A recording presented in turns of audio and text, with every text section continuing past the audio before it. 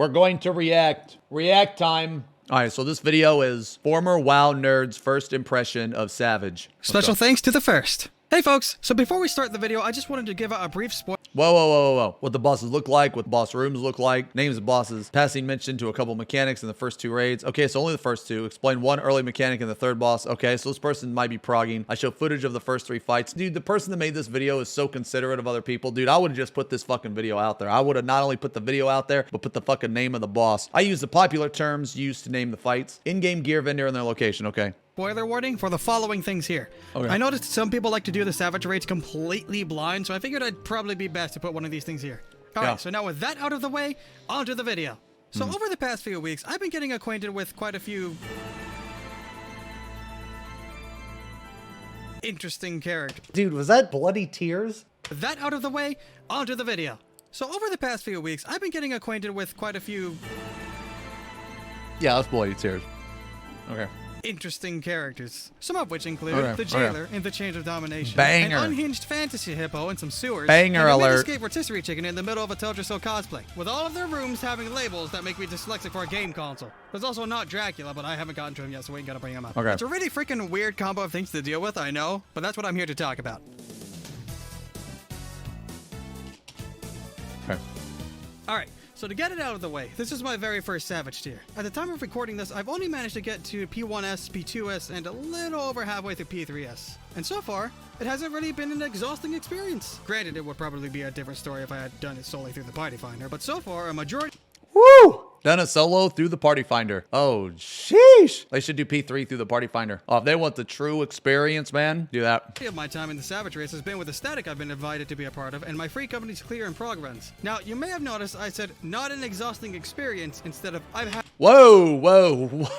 Who the fuck is Now, this you may have handsome noticed gentleman I said right here? Not an exhausting Who the fuck is this handsome fellow right here? Is that their character? Okay. experience instead of That's a nice beard, brother. I had a lot of fun. The reason I said it this way is because I usually have fun with raids in general, even back in WoW, so it was never really a question of whether I'd enjoy them or not. My main problem about them has always been the prep work, and after going through some Savage prep work in Final Fantasy XIV, I'm realizing just how huge of a difference there is. Now, there is still a Okay, prep work. Give me a quick example of prep work in WoW. I don't play that game because I have self-respect. I don't even want to know. All right, sweet. Trying to go through for gear in Final Fantasy XIV. It's just not nearly as bad since you have options here. You can either grind for gil, grind for tombstones, grind for materials, or grind for favors if the other ones don't work out. Fortunately for— Whoa.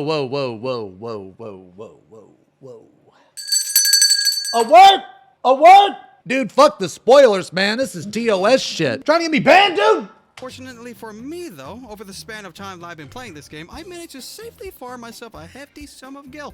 So I was able to simply ulda my way to viability when the crafted gear released. I've also discovered that grinding for gil is probably the most meta grind of the lot, since I was able to afford enough material to pentameld all of my main job set. And for you WoW folks, it's like gem slots, except forcing 3 or 4 extra slots into a piece of gear, with each extra slot not wanting to fit even harder. Now, doing this ends up making the crafted sets actually better than what the normal difficulty raid gear provides from sheer stat quantity alone, which is kind of neat because I'm not used to seeing crafted gear being like the bestest slot for a while. It's kind of a foreign concept to me. But yeah, crafted gear is pretty fucking good. It means that professions are still relevant in endgame. Now, some of you might think that pentamelding your gear is like grindy. I don't really think it's that bad. But I guess because I've played Korean games, I think it's fine. Now, it was really fucking annoying when you had to constantly like request meld. Now you just do it once and it fucking goes until you either succeed or you run out of material. So that was a huge change. Glad to see that being a thing. Now, after you've got the gear, the only other things to get for maximum stat gains are food. I like every time his character moves, his arms move. I might start doing that in real life. Yo, what's up? Yo, how you doing? Oh shit, he's over there. Yo, what's up? I think I'm gonna start doing that. And potions. Now, granted, they're often sold at somewhat extortionate prices, but at least the food— What rot! I, for one, think it's a marvelous— Good. Good. But at least the food buff doesn't One get less of them around. death here. Good. And believe me, that ends up being worth a lot in the long run. Speaking of long runs and wipes, that's another thing that really does a bit more work than I initially gave it credit for. Holy shit! Wait a minute. What the fuck? They died to the raid AoE? Speaking of long runs and wipes, that's another thing that— Yeah, yo, look at that heal go out right as everyone dies. does a bit more work than I initially gave it credit for. And that's the fact that when you die, you respawn right in the boss room. Mostly because that is the literal only thing that exists in the instance. There's no trash to mow through, no walk of shame, just straight to the boss. Dude, every motherfucking person that has played WoW and has played 14, they have all said, we love that you do not have to kill trash, that you do not have to do the walk of shame. You die, you're right fucking there. Because having to run back is so fucking stupid. It just wastes your fucking time. It accomplishes nothing. It's fucking ridiculous that you would have to run back. I've had to do that shit in like every fucking Korean game, man. Every fucking Korean game, dude. They all fucking do. You have to run back, dude. Nah, fuck that. Fuck that. It's dumb.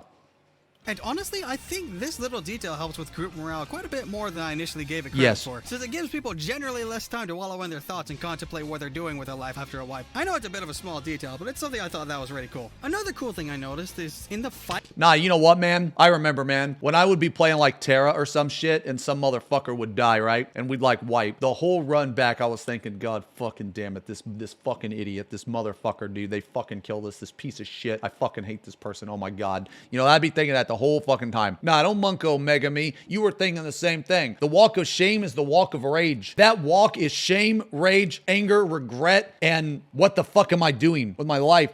Fights, they seem very meticulously and specifically crafted for a group of 8 people, which is the standardized raid group size, right down to the boss's room design. For instance, in P1S, there's a square for each member of the team to deal with during Intemperance. P2S has the arrows mechanic that leaves just enough room for 8 people to resolve it, and P3S has, well, it's got a lot in general, but for one example, it's a Dark and Fire mechanic, where it targets 4 players to spawn a Dark and Fire on. They need to be faced far apart or else they wipe the raid. The fires also... Damn, hold on. Wait a minute. That wasn't far enough apart? They need to be faced... Damn. Oh, no, man. That's pretty far. I swear I've seen them either be the same distance or closer and it'd be okay. That had to be like 1 or 2 pixels off. Anyway. Far apart or else they wipe the raid. The fires also need to be burned down by their DPS before they finish their massive raid-wide AoE, but they're invulnerable, which is where the kicker is. Okay, so shortly after the fire shit, he's got graphics. Holy shit. Okay, watch out, June Bob. This guy's coming in. Which is where the kicker is. Okay, so shortly after the fire spawn, the boss will do a targeted AoE attack on each player in a sequence, and each what is Tank 1 doing? Fire needs to be hit by these AoEs at least 4 times each for those fires to become vulnerable for the DPS to burn down. Now, on paper, this sounds like it could be a right pain to deal with. But the part that I found really cool about it is that the literal floor just shows you the best spots to put them from its artistic design alone. And it's especially emphasized in the normal version of the fight, where the fires just naturally spawn on these squares as a foreshadowing idea and hint as to how to deal with it in the Savage version of it. Now, when I put 2 and 2 together with this, I thought it was such a cool detail. I know it's a really small thing to geek up. They use the floor as like the mark of a mechanic so fucking much. So let's say that Phoenix is here, and let's say that it's buddies. Did you know you could actually put 1 pair here, 1 pair here, 1 pair here, and 1 pair up here? This line right here, this marks the inside safe. Obviously, you don't need to do this, right? I think they use the marking on the ground for 2 reasons. 1, because they want to be cheeky, but 2, because you can't actually move markers anymore. So because you can't move markers mid-fight, because they took that ability away from us, well, I guess unless you use whatever the fuck it's called. What's that program that I shouldn't talk about? Paisley Park or whatever. The what? I mean, don't use that. But yeah, because they put these like marks on the ground, right? This like really helps. Okay, anyway. Now, when I put 2 and 2 together with this, I thought it was such a cool detail. I know it's a really small thing to geek over, but I really do appreciate the idea of having the floor being a soft guide for the people that notice it. Shit, it's probably why Dragoons stare at it so often. Now, that doesn't mean the floor... Woo!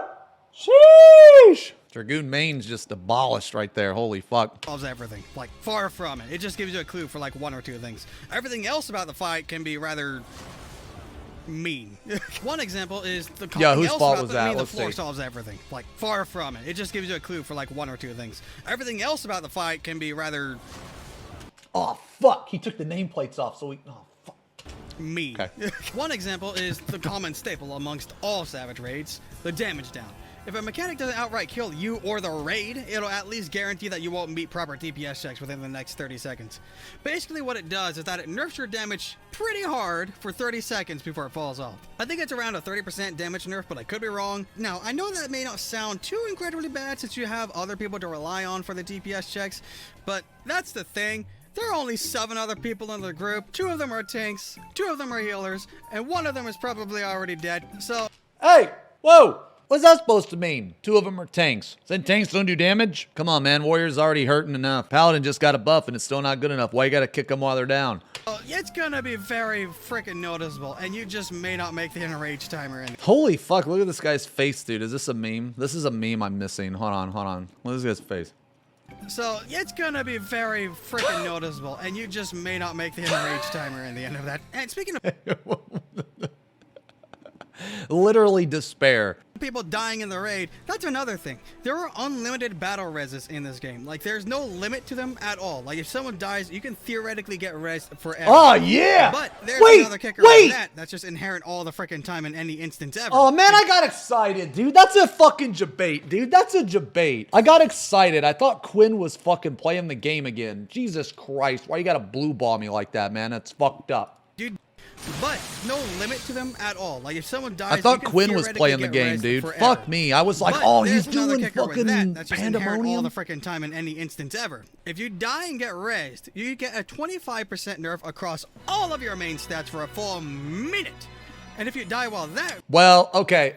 I don't want to be that guy, but the only reason why I'm pointing it out is because this is another reason why I want to make a history video, is because he said all your main stats. It's not true because it's not VIT. VIT is a main stat. It's very important. And the reason why I want to mention it is because back in the day, you did get punished for VIT. So if you died, your VIT would be lower. And then the next raid AoE, there would be a much higher chance that it would just kill you. He's right, but like 50% right. He's only not right to boomers. That's it. All right. debuff is still on, the game mocks your misery and snaps a 50% nerf instead. For a full minute. Like, shoot, getting that 50% nerf debuff could actually result in a guaranteed wipe if your group isn't, like, hyper overgeared for the fight or something. Because the DPS checks can be pretty tight. Especially if it happens during mechanics that are designed to stress test your group's DPS capabilities. And, well, also stress test your group's stress levels in general by how freaking fast these mechanics can come out sometimes. Like, I've been progging as a green DPS, okay? So when mechanics start flying out like an angry Okay. wasp nest, I very much notice its effect on people as it tends to scare me back into being a healer. A few examples being Intemperance in P1S, the second Coherence in P2S, and like 2/3 of P3S in general. And the existential part is that there's a surprising level of emphasis on healer damage contribution in Savage. Legit, there have been some moments where we have wiped because I decided to prioritize healing everyone to full at some points of the fight instead of casting a few DPS attacks. Like, stuff like this makes me wonder if the game wants me to heal or to DPS. Oh... He's right, man. This is why I want to make the history video. As a former WoW player, this was probably a big change to him. Now, to my knowledge, please correct me if I'm wrong. In WoW, you heal a lot more than you do in 14. It used to be you would just spam heal. You know, WoW, you only heal. Okay, so that is a big change. That's a big fucking difference from going to spam healing to spam DPS, okay? The fact that there's such a huge difference, that's a big fucking change, man. And then it punches me in the nose again before I can discover the answer to my existence. But after many attempts, we do eventually get the boss. Hell yeah. In which we encounter the loot system in this game, which honestly confused the heck out of me as to how it works when I first heard about it, but I think I got the gist of it now. Okay, before he talks about the loot system, I just want to say that the loot system in this game fucking sucks. It needs to be changed. It needs to drop more twines, more oils. There's a lot of shit in this loot system that needs to be changed. But because he came from WoW, he's probably going to say that the gear is way better, that it's less grindy and all that shit. A majority of people will think that the loot is fine in this game, and that's fine, but it's not. So basically, the loot that drops is dependent on whether 4 or 8 people in your group have not cleared that specific Savage fight for the week.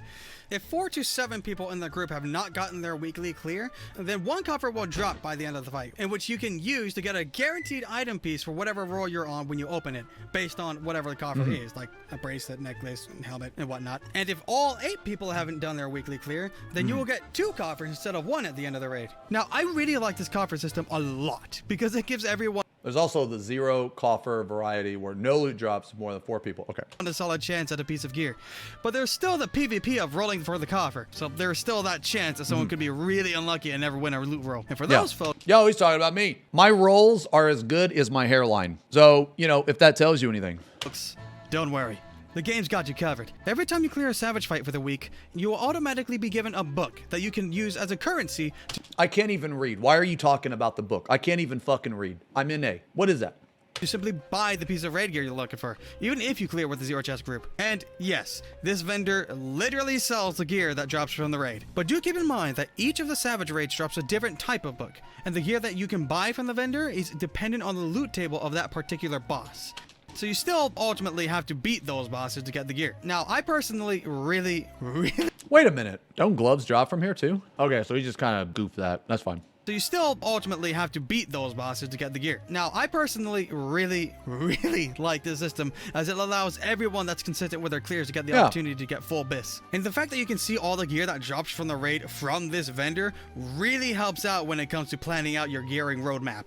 Especially since the tombstone vendor is literally just a couple of stalls away too. Like, honestly, this game is just extraordinarily generous with its loot distribution compared to what I'm used to dealing with. What'd I tell you? But honestly, that's probably... What did I tell you guys? Hold on, let's listen to it again. Just extraordinarily generous with its loot distribution compared to what I'm used to dealing with. Same 450, same rant, same bald. I'm not saying that this person's not right. I agree with this person. I think that the book system is really good. I think the tome system is really good. I'm just saying that it could be better. So from a person that is used to getting shit on, when you come over here to Final Fantasy, it's fucking fantastic. And I agree. But if you're used to fantastic, you slowly start to realize over time, this ain't too fantastic anymore. But honestly, that's probably because the extra loot isn't super necessary to complete the raids. Now, from what I've gathered, the biggest gains don't really come from having the fattest loot. It's from knowledge. Knowing how your job works is kind of an obvious one to point out, so instead I'll say that the best way to boost your performance is by knowing the fight, knowing how your group works, and managing your own skills in accordance with both the boss mechanics and your raid team. It's actually surprising how much of a game changer it is to shift the placement of a cooldown by just a few seconds. And shoot, some rotations could shift entirely based on what boss you're fighting, so the best bet in getting better is simply by just doing it more often. Getting good. Now, if you're still hazy with your job's normal rotations and functions, you can still hammer out the kinks on a training dummy, but be prepared to adjust quite heavily when stepping into the boss ring. Those mechanics can really mess you up if you're not ready for them, in more ways than one. Now, that's not to say that gear doesn't matter, because it can help a lot, especially if you don't have the time to go that... I'm so stupid. I was about to be like, holy shit, this guy uses ACT too. Okay. Those mechanics can really mess you up if you're not ready for them, in more ways than one. Now, that's not to say that gear doesn't matter, because it can help a lot, especially if you don't have the time to go that hard on researching your job.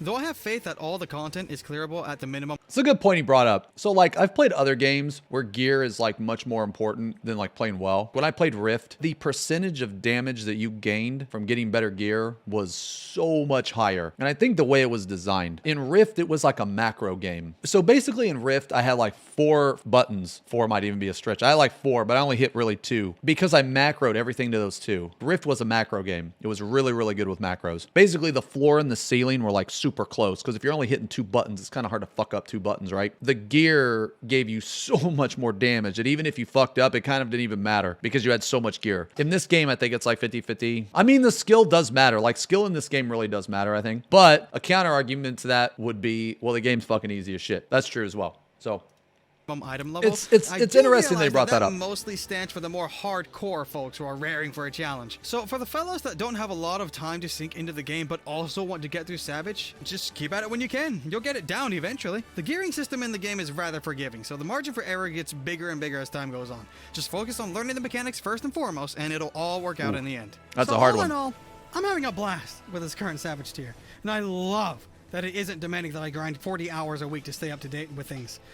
When he says grind 40 hours a week, what are they talking about? Dailies? WoW is a bunch of chores you need to do or you fall behind. The fights are fun and fast-paced with nary a dull moment to them, and the music's got an interesting mood to it.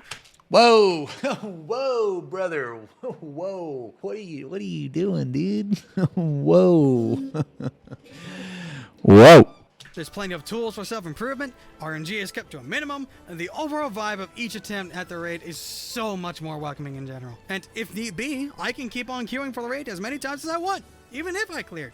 Though, I do feel pretty bad with the idea of denying someone a piece of loot for helping them out with their clears after I've done mine, so I don't really utilize that opportunity too often, but I still appreciate the feature existing. But that just about wraps up my 2 cents on the matter.